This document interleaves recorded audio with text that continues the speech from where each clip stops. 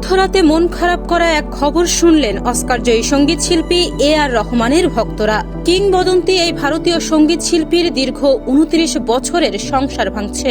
এই খবর সংবাদ মাধ্যমে জানিয়েছেন তার স্ত্রী সাইরা বানুর আইনজীবী। NDTV, Hindustan Times, India today সহ বিভিন্ন ভারতীয় গণমাধ্যম সূত্রে জানা গেছে, মঙ্গলবার রাতে সাইরা বানুর আইনজীবী এক বিবৃতি দিয়েছেন, যেখানে উভয়ের সম্মতিতেই এই পদক্ষেপ নেয়ার কথা জানানো হয়েছে। রাতে হঠাৎ এমন নেতিবাচক খবরে হতবাক বিনোদন দুনিয়া। কেন এই বিচ্ছেদ? আনুষ্ঠানিক বিবৃতিতে সাইরা বানুর আইনজীবী জানিয়েছেন, বিয়ের বহু বছর পর স্বামী এ.আর রহমানের সঙ্গে বিচ্ছেদের কঠিন সিদ্ধান্ত নিয়েছেন সাইরা বানু। তাদের সম্পর্কের মধ্যে মানসিক চাপের কারণেই এই সিদ্ধান্ত নিয়েছেন তারা।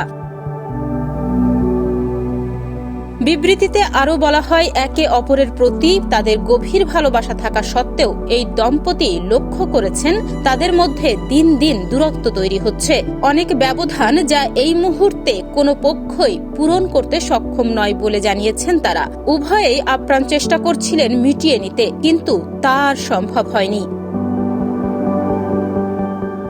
সাইরা বানুর ভাষ্যমতে এই সিদ্ধান্ত নেওয়া তার পক্ষে মোটেও সহজ ছিল না। অনেক ব্যথা ও যন্ত্রণা থেকে এই সিদ্ধান্ত নিয়েছেন তিনি।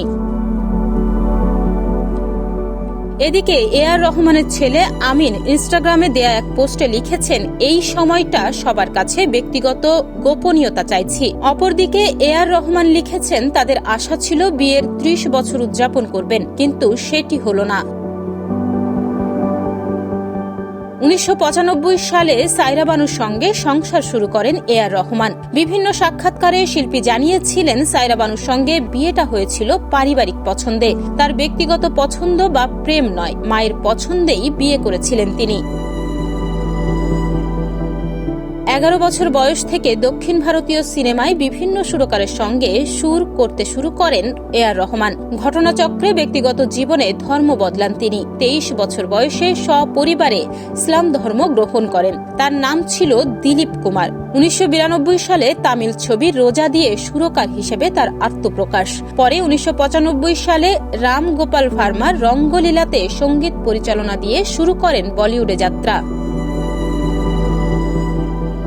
এ.আর রহমান তার সঙ্গীত জীবনে ২০০৮ সালে অস্কার, গ্রামি, বাফটা ও গোল্ডেন গ্লোব জিতেছিলেন। তিনি ৬টি ভারতীয় জাতীয় পুরস্কার ও ৩২টিরও বেশি ফিল্মফেয়ার পুরস্কার পেয়েছেন। তাহনিয়া ইয়াসমিন, প্রতিদিনের বাংলাদেশ।